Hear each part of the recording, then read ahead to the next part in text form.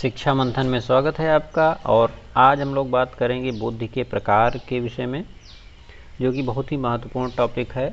कई मनोवैज्ञानिकों ने अपने अपने अनुसार बुद्धि के प्रकार बताए हैं, लेकिन सर्वाधिक जो महत्वपूर्ण माना जाता है वो थार्नडाइक के अनुसार जो इनका विभाजन है, या जो कह लीजिए कि इसके प्रकार बताए हैं थार्नडाइक महोदय ने, वो सर्वाधिक महत्वपूर्ण माना जाता है और इससे ज़्यादातर प्रश्न पूछे जाते हैं। और आप जैसा कि जानते होंगे कि थार्नडाइक जो हैं वो अमेरिकन साइकोलॉजिस्ट हैं, और इनका सबसे जो महत्वपूर्ण योगदान है वो अधिगम के क्षेत्र में है, लेकिन इन्होंने बुद्धि के प्रकार भी बताए हैं और ये महत्वपूर्ण है। तो आइए देखते हैं हम लोग बुद्धि के प्रकार। थार्नडाइक महोदय ने बुद्धि को 3 भागों में बांटा है, या इसके 3 प्रकार इन्होंने बताए हैं। वो तीनों प्रकार आपको सामने स्क्रीन पर दिख रहे होंगे। पहला सामाजिक बुद्धि यानी सोशल इंटेलिजेंस, जिसको हम कह सकते हैं। दूसरा है अमूर्त बुद्धि या एब्स्ट्रैक्ट इंटेलिजेंस। तीसरा है मूर्त बुद्धि या कॉन्क्रीट इंटेलिजेंस के नाम से इसको हम जानते हैं।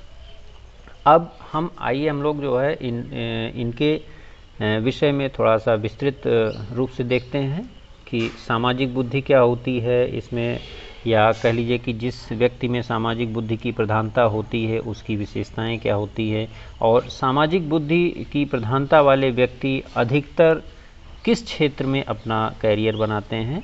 तो आइए देखते हैं हम लोग सामाजिक बुद्धि यानी सोशल इंटेलिजेंस। अन्य व्यक्तियों को समझना या एक दूसरे से समुचित व्यवहार करना, ये इनकी विशेष रूप से कह लीजिए कि विशेषता के रूप में सम्मिलित होता है।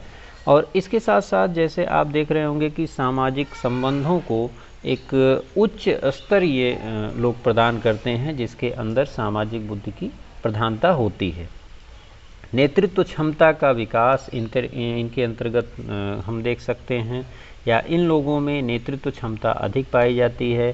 सामाजिक कौशल, जो समाज के अंदर व्यवहार करने का या समाज में अपने आप को स्थापित करने का जो कौशल होता है, उसको भी इनके अंदर विकसित होते हुए हम लोग देख सकते हैं, या इन व्यक्तियों में ऐसे कौशलों का विकास आसानी से हो जाता है। अब यहाँ पर बात ये आती है कि सामाजिक कार्यों में विशेष रूप से सहयोग जो व्यक्ति करते हों, उनके अंदर सामाजिक बुद्धि की प्रधानता हम कह सकते हैं कि होती है। ऐसे व्यक्ति नेता या सामाजिक कार्यकर्ता के रूप में आप उनको देख सकते हैं, या इस तरह के जो भी व्यक्ति होते हैं जो सामाजिक कार्यों में अधिक संलग्न रहते हैं, उनको हम रख सकते हैं। ठीक है। सामाजिक परिस्थितियों में व्यक्ति अपने आप को समायोजित करता है, या यह कह सकते हैं कि यह एक ऐसी बुद्धि है जो व्यक्तियों को समायोजित होने में समाज में यह मदद करती है। जैसे आप इसमें चित्र में देख रहे होंगे कि जो भी व्यक्ति हैं वो एक दूसरे से परस्पर एक अपना संबंध स्थापित कर रहे हैं, और अपने आप को समायोजित करने में उनको आसानी हो रही है, बेहतर ढंग से अपने आप को समायोजित वो कर ले रहे हैं। इसके बाद आइए हम लोग देखते हैं कि एक ड्रीवर तथा वालरस्टीन महोदय हैं, उन्होंने इसको किस तरह से इनकी कोटेशन दी है सामाजिक बुद्धि के संबंध में। इनका मानना है कि सामाजिक बुद्धि का एक प्रकार है जो किसी व्यक्ति में अन्य व्यक्तियों एवं सामाजिक संबंधों के प्रति व्यवहार में निहित होता है। ठीक है, ये कोटेशन है ड्रीवर तथा वालरस्टीन की। इन्होंने इस तरह से इसको कोड किया है। आइए अब हम लोग देखते हैं दूसरी बुद्धि का जो प्रकार है वो है अमूर्त बुद्धि यानी एब्स्ट्रैक्ट इंटेलिजेंस। अमूर्त का आशय यह है कि जो चीज़ें हमारे सामने नहीं हैं उनके बारे में हम सोचें, या इसको हम कह सकते हैं कि जो साइन या कह लीजिए कि चिन्हों के माध्यम से जब हम थिंकिंग करते हैं, जैसे जो भी गणितीय चिन्ह होते हैं, आप इन सब चिन्हों से तो परिचित ही होंगे। तो इन सब चिन्हों के विषय में जो व्यक्ति थिंकिंग करता है उसको हम एब्स्ट्रैक्ट इंटेलिजेंस के अंदर रखते हैं। अमूर्त विषयों के बारे में चिंतन करने की योग्यता जिन व्यक्तियों में होती है, उन व्यक्तियों में हम ये मानते हैं कि अमूर्त बुद्धि अधिक पाई जाती है। ठीक है, या अमूर्त बुद्धि की उनमें प्रधानता होती है। जैसे कौन से व्यक्ति हो सकते हैं, जैसे मान लीजिए दार्शनिक हो गए, कलाकार हो गए, कहानीकार हो गए, वैज्ञानिक हो गए। तो इस तरह के जो व्यक्ति हैं वो अमूर्त चिंतन में उनका विशेष कह लीजिए कि कार्य होता है। एक मनोवैज्ञानिक है टर्मन। टर्मन का मानना है कि अमूर्त बुद्धि का महत्व जो है वो छात्रों के लिए अन्य दूसरे तरह की बुद्धि से कहीं अधिक होता है। यानी कि लिखना, पढ़ना या इस तरह की जो चीज़ें होती हैं उसमें जो चिंतन का स्तर होता है, जैसे कि हम लोग जानते हैं शिक्षण के 3 स्तर होते हैं, मेमोरी लेवल, हाँ, चिंतन स्तर या बोध स्तर। तो इस तरह के जो चिंतन स्तर के जो भी क्रियाकलाप होते हैं या जो भी कंटेंट होते हैं उनमें हम अमूर्त बुद्धि को विशेष रूप से सम्मिलित कर सकते हैं। इसे सैद्धांतिक बुद्धि के भी नाम से जाना जाता है। सैद्धांतिक बुद्धि का आशय यह है कि थ्योरेटिकल जो इंटेलिजेंस होता है उसके भी नाम से इसको हम जानते हैं।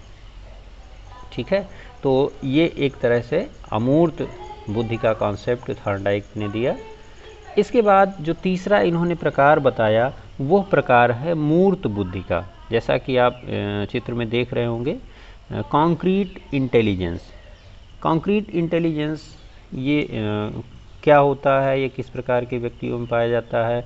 तो जैसे इसमें हम देख रहे हैं कि यह एक ऐसी बुद्धि है जिसके सहारे व्यक्ति मूर्त या ठोस वस्तुओं के महत्व की समझ को विकसित अपने अंदर करता है। जैसे मान लीजिए कि इंजीनियर हो गए, तो इसे व्यवहारिक बुद्धि भी इन्होंने नाम दिया है। ठीक है, यानी प्रैक्टिकल इंटेलिजेंस भी इसको कहते हैं। ऐसे व्यक्ति के कह लीजिए कि जीवन में ज़्यादा भौतिकवादी होते हैं या इस तरह के व्यक्ति सफल व्यापारी के रूप में भी हमारे सामने आते हैं। तो ये तीसरी बुद्धि है जो कि मूर्त बुद्धि के रूप में हमारे सामने आती है। और इस तरह से थॉर्नडाइक महोदय ने ये बताया कि बुद्धि के 3 प्रकार होते हैं और इन तीनों प्रकारों में जिस प्रकार की बुद्धि के जिस व्यक्ति में प्रधानता होती है वह उस तरह के कार्यों में अधिक संलग्न होते हैं और उनकी रुचियां उस क्षेत्र में बढ़ने लगती हैं या उस क्षेत्र में वह अपना कैरियर भी बनाने लगते हैं। तो इस तरह से इन्होंने बुद्धि के प्रकार बताए और उम्मीद है कि आपको स्पष्ट हो गया होगा। और यदि कोई क्वेरी होती है तो आप कमेंट बॉक्स में आइए और कमेंट करिए। तो बहुत बहुत धन्यवाद आपको बने रहने के लिए शिक्षा मंथन के साथ। मिलते हैं नेक्स्ट वीडियो में, तब तक के लिए नमस्कार।